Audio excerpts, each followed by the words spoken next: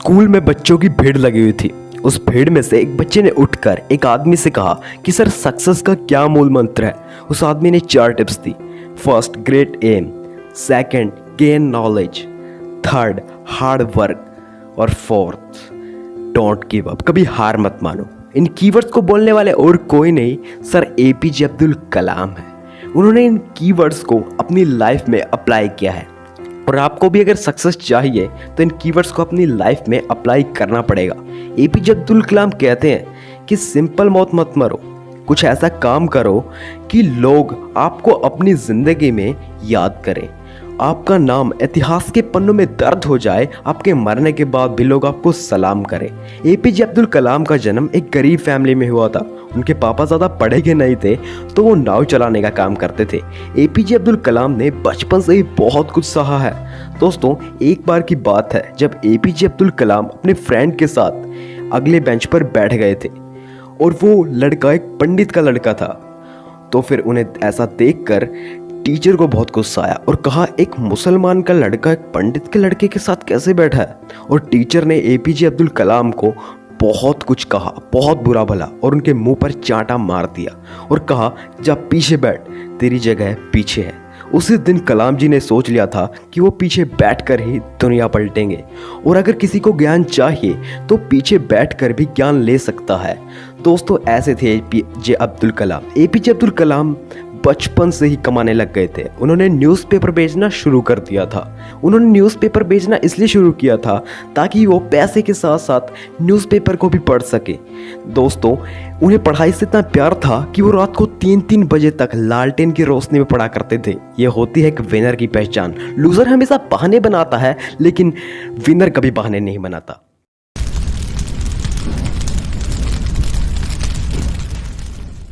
APJ Abdul Kalam के घर से कई किलोमीटर दूर एक टीचर थे जो बहुत अच्छा मैथ पढ़ाते थे। उन्होंने कहा कि जो बच्चा मेरे पास सुबह 4 बजे मैथ पढ़ने आएगा तो मैं उससे 1 रुपया भी नहीं लूँगा। सुबह 1 घंटे की क्लास बिल्कुल फ्री है।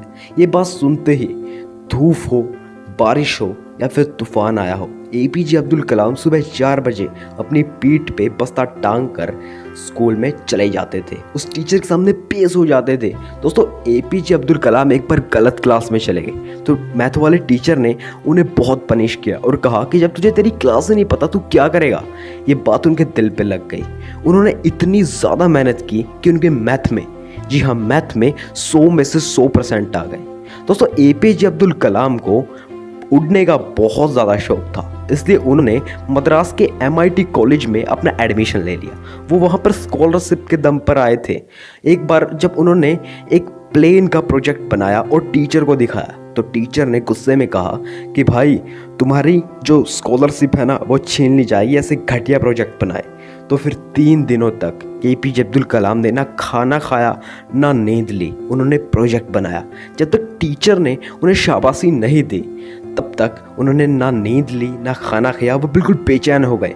एपीजे अब्दुल कलाम ने बताया है कि मेरी बहन ने मुझे 1000 रुपये दिए थे और अपने सारे गहने बेच दिए थे। मेरे मन में तलब लग गई थी कि अब क्या होगा, अब क्या होगा स्कॉलरशिप का।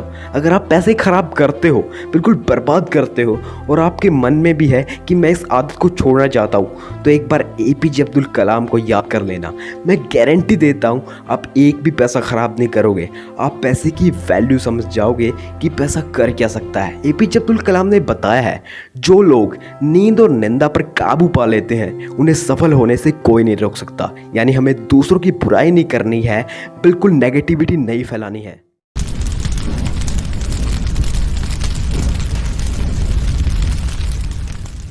सर एपीजे अब्दुल कलाम को 1963 के अंदर अमेरिका भेजा गया नासा में ट्रेनिंग के लिए। उन्होंने वहाँ पर 6 महीने बिताए। उन 6 महीनों में उन्होंने वहाँ पर बहुत कुछ सीखा और वो इतने इंटेलिजेंट थे कि अमेरिका वाले उन्हें नोटिस कर रहे थे। कुछ दिनों बाद उन्होंने कलाम जी को ऑफर किया कि हम इंडिया के मुकाबले तुम्हें 5 गुना ज़्यादा सैलरी देंगे, यहीं पर किसी से शादी करके बस जाना। वो अपनी खुद की लिखी हुई बुक विंग्स ऑफ फायर में बताते हैं कि एक टाइम पे तो मैं भी मचल गया था। मेरे दिमाग पे पैसा हावी हो गया था। मैं बार बार पैसे के बारे में सोच रहा था, लेकिन कुछ टाइम सोचने के बाद मैंने साफ साफ मना कर दिया और कहा कि जिस मिट्टी ने मुझे जन्म दिया है मैं उसके लिए कुछ करना चाहता हूँ। वो इंडिया को मैं आगे ले जाना चाहता हूँ और मैं किसी पैसे के लिए नहीं बिकूंगा। ये होती है ग्रेट इंडियन की पहचान। एपीजे अब्दुल कलाम इतने मेहनती थे कि उन्होंने अपनी ज़िंदगी में कभी छुट्टी नहीं ली है। उन्होंने साल के 365 दिन जम के काम किया है। ज़िंदगी में बस 2 ही बार छुट्टी ली है उन्होंने। एक बार उनकी माता का देहांत हो गया था और दूसरी बार उनके पिता का देहांत हो गया था। बस 2 ही बार उन्होंने पूरे साल जम के काम किया है। एक तरफ हम हैं जहाँ पर हमें थोड़ी सी फैसिलिटी ना मिले हम किड़किड़ करने लगते हैं, और एक तरफ हमारे एपीजे अब्दुल कलाम सर हैं। उन्हें कोई स्पेशल ऑफिस नहीं मिला था। गांव का तबेला उनकी लैब थी और चर्च उनका ऑफिस। उन्होंने शिकायत में टाइम वेस्ट नहीं किया, उन्होंने अपने काम से काम रखा। एक बार की बात है जब उनके घर सगाई वाले आए हुए थे और उसी दिन इंडिया का पहला रॉकेट उड़ना था, तो जाहिर सी बात है एपीजे अब्दुल कलाम वहाँ गए हुए थे। दोस्तों वो बिल्कुल रॉकेट पे ध्यान लगाए हुए थे। इधर लोग उनकी राह देख रहे थे कि अब कलाम जी आएंगे, अब कलाम जी आएंगे, लेकिन वो नहीं आए। सगाई वाले गुस्से में चले गए।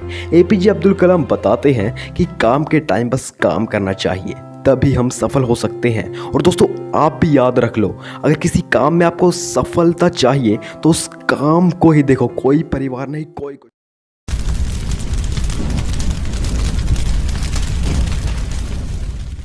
दोस्तों फेलियर सबकी लाइफ में आते हैं और एपीजे अब्दुल कलाम की लाइफ में भी फेलियर आए थे। उन्हें एकदम से सफलता नहीं मिली थी। बात ये तब की है जब उन्होंने सरकार से फंड लिया और अपना एक प्रोजेक्ट जिसका नाम था SLV3 जो 1979 में लॉन्च करने की बात कही, और वो प्रोजेक्ट बहुत बुरी तरीके से पिटा, बहुत बुरी तरीके से। और उसके बाद भी इनके कई प्रोजेक्ट्स, कई मिसाइल फ्लॉप हो रहे थे। लोगों ने इन पर विश्वास करना बंद कर दिया था। इन पर तरह तरह के ताने कसे जा रहे थे, तरह तरह के मीम कसे जा रहे थे। लेकिन इतना ही नहीं, अमूल जो बटर की कंपनी है उन्होंने भी इनके ऊपर स्पेशल मीम बनाया। इतना सब कुछ होने के बाद भी कलाम जी ने हार नहीं मानी। इनका जो कीवर्ड है ना, don't give up, don't give up, don't give up, कभी हार मत मानो। इन्हीं कीवर्ड्स की वजह से इन्हें सफलता मिली। 1989 में अग्नि मिशन के दौरान इन्हें सफलता मिल गई। वो प्रोजेक्ट बिल्कुल सही रहा। दोस्तों इसी प्रोजेक्ट के बाद लोग इन्हें प्यार से मिसाइल मैन बुलाने लगे। इसरो की बात करें तो हमारा पहला जो रॉकेट था वो साइकिल पर लाया गया था और नारियल के पेड़ के जरिए उसे लॉन्च कराया गया था। इतने बुरे दिन देखकर किसी को यकीन नहीं था कि ये रॉकेट उड़ेगा भी या फिर इंडिया का ऐसे ही नाम बदनाम होगा, लेकिन उन्होंने हार नहीं मानी। इस रॉकेट को जब लॉन्च कराया तो इस रॉकेट ने रिकॉर्ड बना दिया। ये पहली प्रयास में दुनिया का पहला रॉकेट बना जो पहली प्रयास में स्पेस में पहुंच गया, और इस रॉकेट के जरिए 150 सैटेलाइट आसमान में पहुंचाई गई। दोस्तों तभी तो गोरे कहते हैं कि इंडियन में कुछ खास बात है। दोस्तों एक फैक्ट बताते हैं आपको एपीजे अब्दुल कलाम का। आपको पता है साइंस डे क्यों मनाया जाता है? इसके पीछे भी एपीजे अब्दुल कलाम है। असल में वो स्विट्जरलैंड के दौरे पर गए हुए थे, तो स्विट्जरलैंड वालों ने उनकी आने की खुशी में 26 मई को साइंस डे नाम का दिन डिक्लेयर कर दिया, और तभी से अभी तक लोग उस दिन को बड़े चाव से बनाते हैं।